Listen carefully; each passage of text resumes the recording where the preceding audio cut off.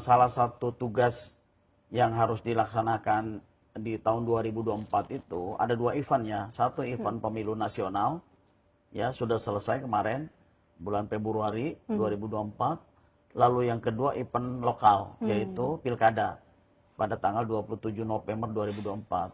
Kepada stakeholder yang lain umpamanya ada beberapa mitra yang di Komisi 1 juga ya kalau ASN kan memang harus netralnya karena nggak boleh. Seharusnya ya. Cuma realitanya gimana nih Pak? Dukung mendukung ya. Tapi kalau dalam pengawasan kan ada lembaganya namanya Bawaslu ya.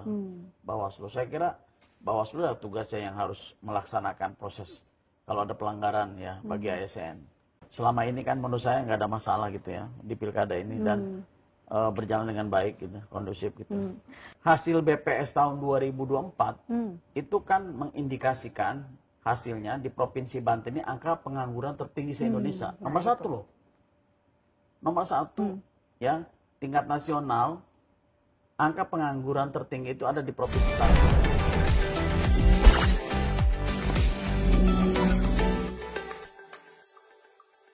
Halo Sobat Ekbis, jumpa lagi dengan saya ya Syifa Yasmin dalam program Ekbis Banten Podcast. Oke, hari ini di tengah-tengah suasana pilkada nih, hari ini narasumber kita datang dari Komisi 1 DPRD Provinsi Banten. Langsung saja kita panggilkan Bang Agus. Selamat datang Bang Agus. Gimana kabarnya? Siap Pak ya. Alhamdulillah. Alhamdulillah baik ya. Alhamdulillah sehat berarti ya. Sehat.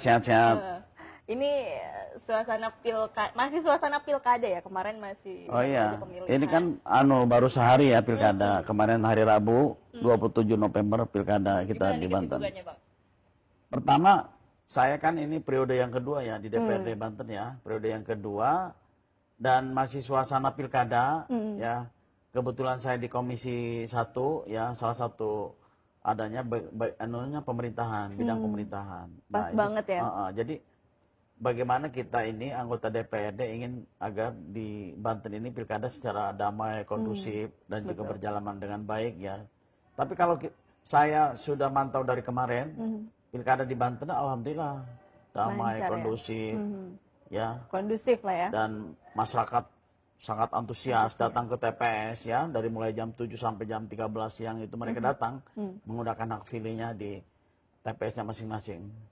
Tapi kita sebelum ngobrol-ngobrol tentang pilkada nih Bang ya, kita boleh dong kenalan dulu sama sosok Bang Agus ini. Bagaimana sih latar belakang dari Bang Agus, mulai dari pendidikannya, bagaimana perjalanannya sampai dengan saat ini. Boleh dong diceritakan ke Sobat Ekbis di rumah. Ya, saya sekarang anggota DPRD Provinsi Banten, ini periode kedua yang di Komisi 1. Lalu kemudian saya juga ketua BK. BK itu kalau di DPR itu ada namanya MKD ya, Majelis Kehormatan Dewan ya. Kalau di sini Badan Kehormatan DPRD. Nah, saya ketuanya. Lalu saya juga dulu alumni S1-nya Yayan Serang tahun jurusan apa tuh? 97 syariah dulu, masuk 92, lulus 97. Lalu juga saya kuliah S2-nya di UI ya, di FISIP UI, selesai tahun 2003 S2-nya. Lalu saya ngambil S2 di Untirta Ilmu Hukum ya. Lalu saya juga kuliah S1 Ilmu Hukum juga di Universitas Jakarta. Jadi S1-nya 2 kali, S2-nya 2 kali. Luar biasa nih Bang Agus. Lalu kemudian juga pernah menjadi penyelenggara pemilu, menjadi ketua KPU Banten ya. Di KPU Banten 2 periode 10 tahun dan di KPU Kabupaten Tangerang 1 periode. Lalu habis itu baru gabung di Partai Gerindra, menjadi calon anggota DPRD Provinsi Banten, nyalek dan alhamdulillah terpilih menjadi anggota DPRD yang pemilu tahun 2019.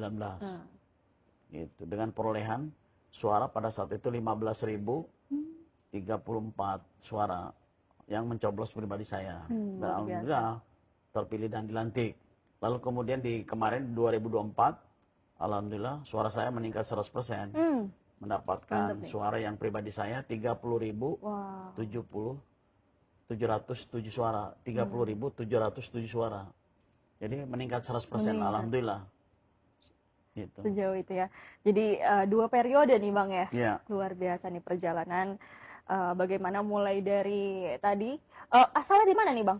Saya dapilnya asalnya di Kabupaten Tangerang. Enggak, kalau lahir di apa namanya, saya kan ini pertama saya lebih banyak sekolah kan di Serang ya, tapi tinggal sekarang di Kabupaten Tangerang di Solear. Ya, luar biasa nih Bang. Di Solear, di dapil saya di Kabupaten Tangerang, Kabupaten Tangerang A saya. Oke. Ini kita kalau ngomong-ngomong tentang seputar komisi Abang saat ini ya, satu kan, komisi 1 di bidang pemerintahan masih bersinggungan lah dengan pemilu. Tapi menurut Abang sendiri melihat bagaimana peran Pemprov ya, peran pemerintah dalam mensukseskan pilkada saat ini 2024, bagaimana Bang? Seberapa berperankah? Iya, jadi ini kan kita salah satu tugas yang harus dilaksanakan di tahun 2024 itu ada 2 event ya. Satu event pemilu nasional ya sudah selesai kemarin bulan Februari 2024. Lalu yang kedua event lokal yaitu pilkada pada tanggal 27 November 2024. Dan sebagai anggota DPRD kan kita punya 3 fungsi. Satu fungsi pengawasan, bagaimana kita mengawasi proses demokrasi lokal pilkada ini di Banten, dan alhamdulillah berjalan dengan damai kondusif. Ya, lalu kemudian proses legislasi ya, kita menyusun peraturan daerah terkait dengan kebijakan yang bersifat regulasi. Yang ketiga fungsi budgeting, membuat anggaran, dan kita sudah membuat anggaran antara pemerintah daerah dengan DPRD untuk biaya pilkada 500 miliar ya. Untuk kegiatan pilkada Banten ini. Jadi angka hampir 500 miliar itu 400 lebih hampir 500 miliar ya itu untuk biaya pilkada yang di pilkada gubernur ya, artinya kan cukup besar.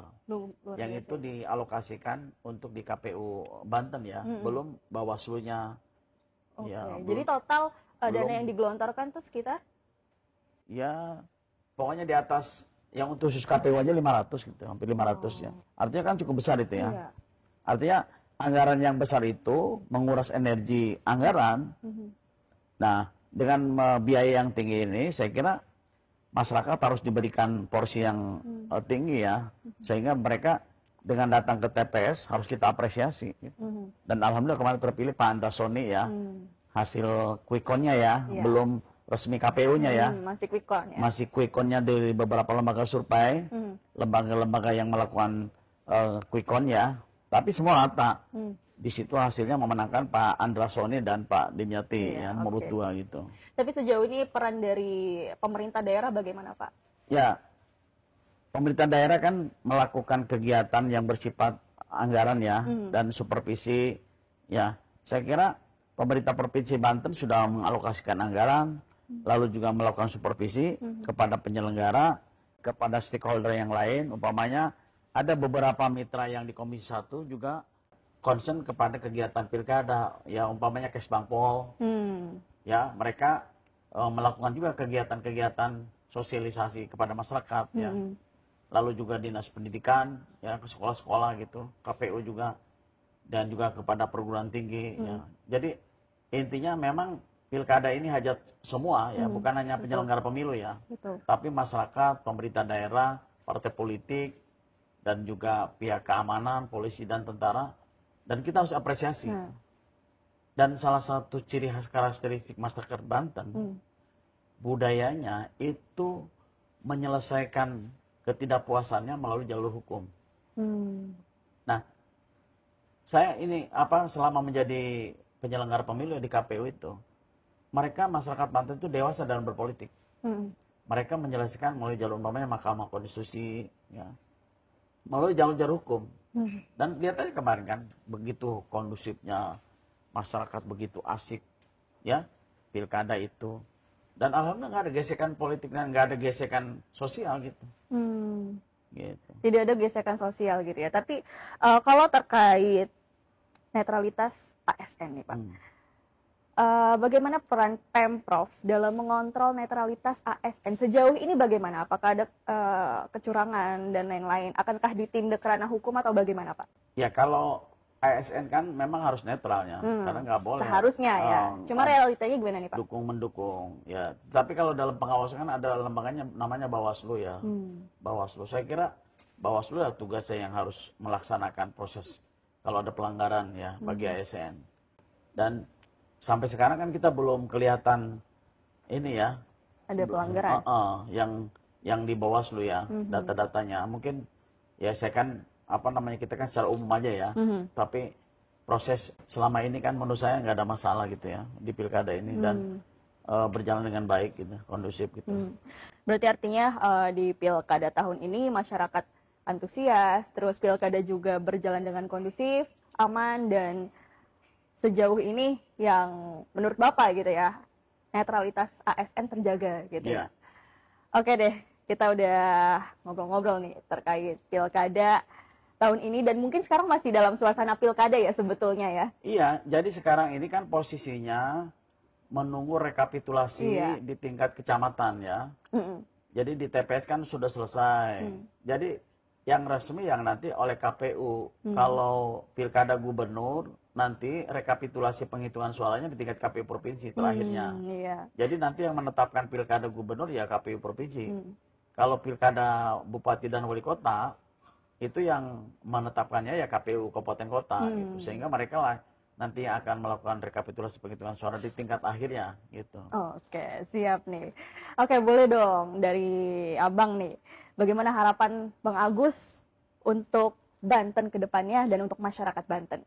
Ya, pertama saya sebagai anggota DPRD ya mengharapkan nanti ke depan pemerintahan yang baru di Provinsi Banten yang terpilih Pak Andra Soni dan Pak Dimyati insya Allah ditetapkan oleh KPU ya. Itu kita mengharapkan agar benar-benar program-program yang digaungkan, yang dicanangkan oleh pemerintah pusat, umpamanya oleh pemerintahan Pak Prabowo, umpamanya terkait dengan peningkatan program gizi gratis, ya, makan siang gratis, makan siang gizi gratis, ya, itu menjadi program unggulannya dan kita sebagai anggota DPRD mengawal itu. Lalu yang kedua program yang disampaikan oleh Pak Andra Soni kan terkait dengan sekolah gratis. Infrastruktur yang baik, lalu pelayanan kesehatan yang bagus, lalu kemudian juga lapangan kerja, ya.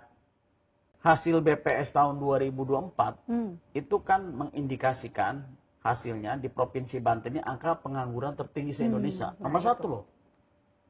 Nomor satu, ya, tingkat nasional, angka pengangguran tertinggi itu ada di Provinsi Banten.